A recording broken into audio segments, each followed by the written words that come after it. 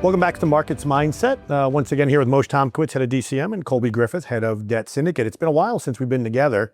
A lot has happened in that short while here. We're, 8 weeks into hostilities overseas, and we are on an epic pace in terms of supply at this moment. So let's just kick it right off. Start with you, Colby. We're sitting here end of February, beginning of March. Hostilities kick up over the world.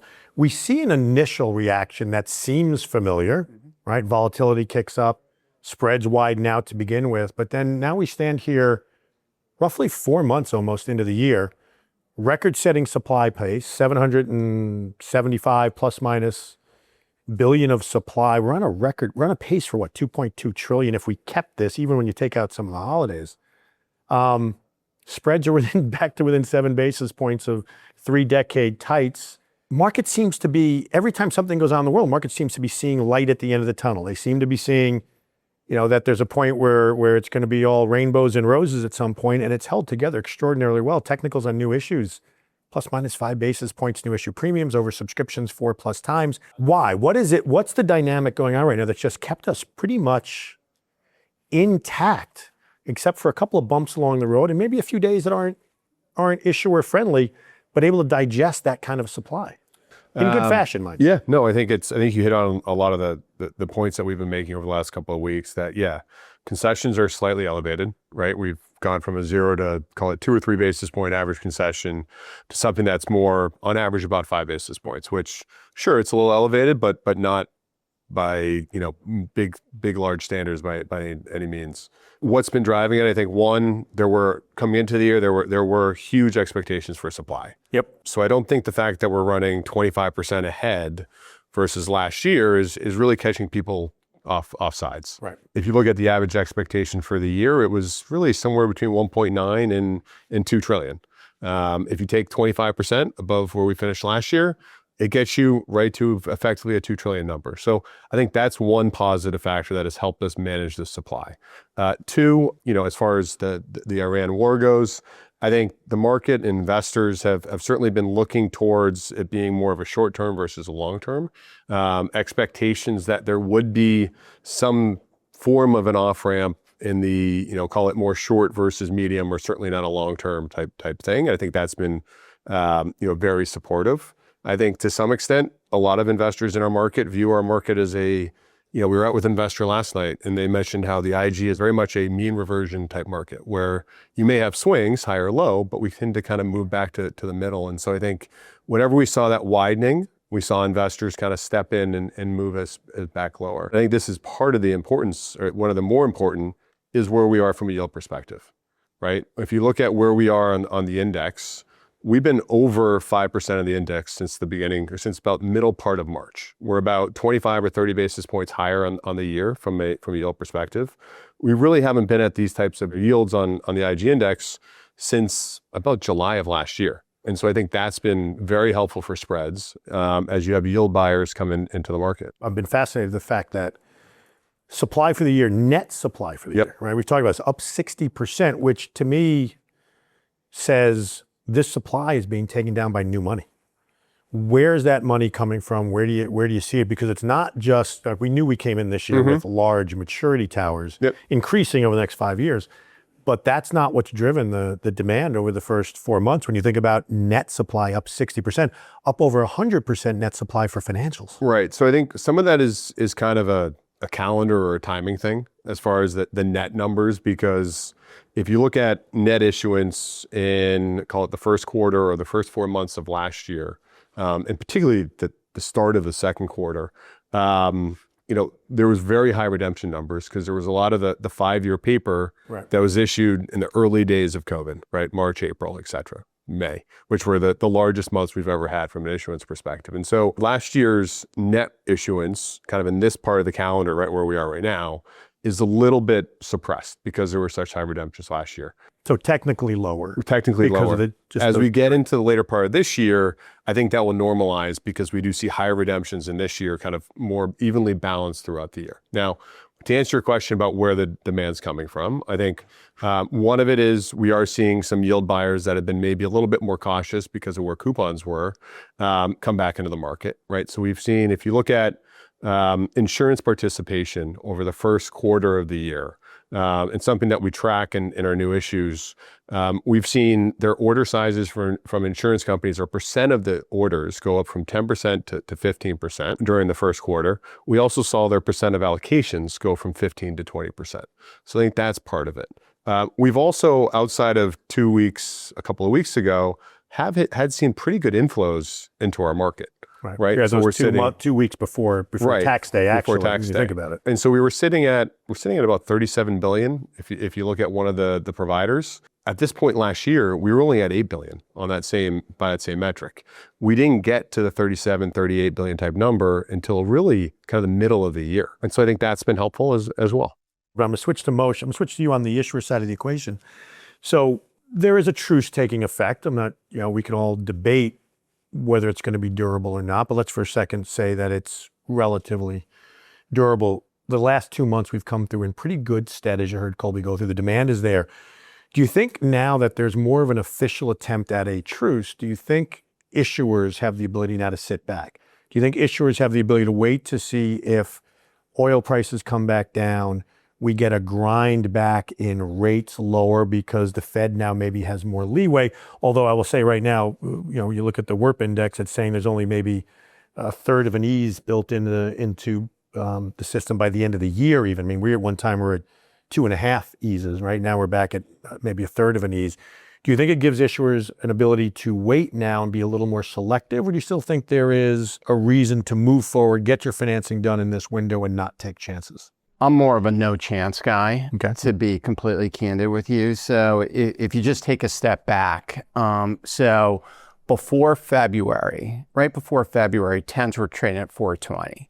Then we kicked into February, then you started to see yields fall and oil rise. So the market was already starting to bake in some geopolitical premium into crude and some flight to safety factor into rates. That turned out to be the wrong bet, but that's what ended up happening.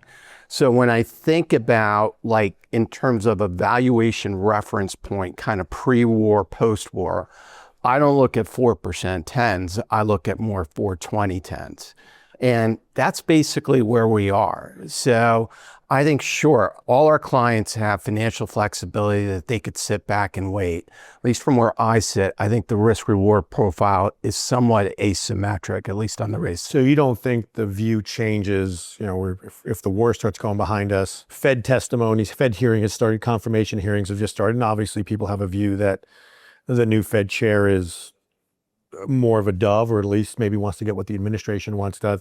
You don't think that necessarily bleeds into the market where an issuer should be waiting for 4% or the 395? I mean, if that bleeds into the market, it'll bleed into the front end, right? If you're looking to go out the curve, then you go. If you're dead set on doing a 2-year fixed rate paper, then maybe you wait, but most of our clients aren't just doing a 2-year fixed rate paper. Now, talk to me about going forward here. You try to get the war behind you.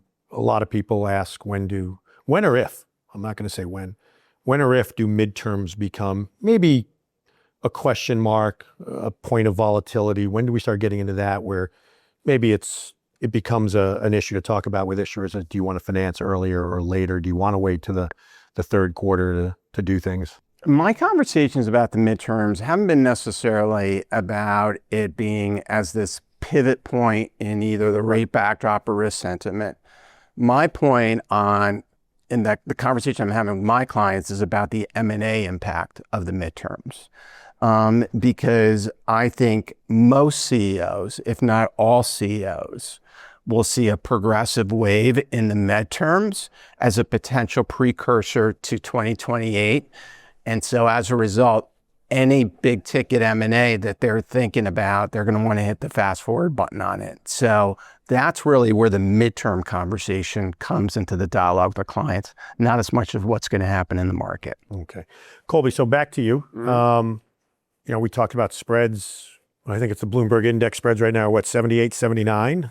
I think maybe during the height of the situation here over the last 8 weeks, And we got as high as the mid-90s, low 93. mid-90s, somewhere in 93. Given where we are right now and given the backdrop, where do you see spreads going? What I would say is it does feel like the market, to your point, has moved past the war at this point, right? And so we've kind of returned back to the things that we were worried about or talking about middle of February.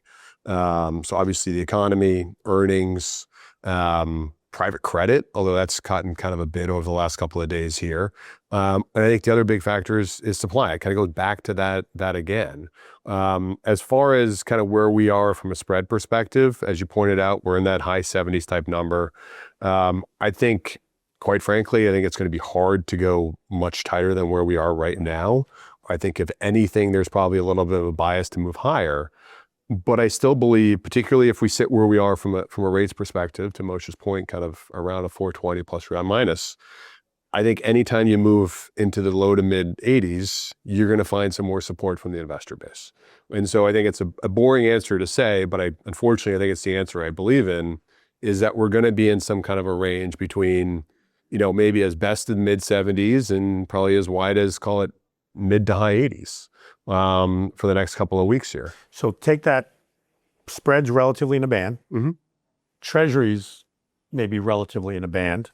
We've seen the effect with the VIX coming down below 20. The MOVE index is back down at 70. We're all at levels that were well before the war. Hybrids, which are coupons, forget spreads for a second, those are coupon. A resurgence of demand in that product, right? We saw a couple of issuers recently do non-call 7 that went extraordinarily well. We saw an issuer who for the first time put the floor product on their dual tranche transaction, $9, $10, $11 billion book for that trade. We saw some of the double Bs get done recently. That product seems to have caught a bid. It kind of faded for a little bit. Now it's got a bid. If we're going to stay at such a kind of dull, I'll say, band in terms of spreads and yields, should that not help that product? And do you see it returning to the types of coupons we saw before where the 5-year product is coming in at the 5.75 to 5 7/8 type coupon ranges? Or do you think there's still going to be a little bit of indigestion as we get back down to 5s? Because we couldn't fully hold them for a long period when we got there last time. Yep. Well, I'll give you my view, and certainly love to hear your view as well. I think, when you talk about stability, right, and what does that usually mean for spreads if you think about it historically, right? In that type of scenario, you usually see duration outperform and quality arguably underperform. And so if we believe, and we've kind of talked about it, you pointed out the MOVE index has moved back below the levels that we were pre-war, and quite frankly, lower than we were for most of 2025, right? Outside of a couple of weeks in the fourth quarter, that should be positive for hybrids. It's certainly lower rated, not AA, single A type paper. Right. So as we've seen kind of spreads continue to compress, I would put hybrids in that category. I was having a conversation with our index trader the last couple of days. 13 of the last 14 days, high yield has outperformed the IG CDX index as that compression trade just continues to grind tighter. And I think that's part of the reason you're seeing in hybrids. If that continues, there's no reason to think that it won't kind of maintain a very good market for hybrid issuance. I have to admit, I'm with you on that. I've always had that belief that, and when I look back and you look at the MOVE index, whether one is cause for the other, it's the other way around. When the MOVE index got to its lows, our index spreads got to their lows, right, in January, February. But I always maintain that when Treasury volatility comes down, that the bid for product that prices in coupon or trades in price always seems to get better. And that's high yield is compressing, and we see the hybrids compressing. And if you take a look, we've done some deals lately where some of the big buyers have been high yield buyers going up and buying double B hybrids, triple B hybrids. They're getting high triple B or weak single A credits in hybrid format, but they're getting yields they can't get in the double B range, even in the shorter end.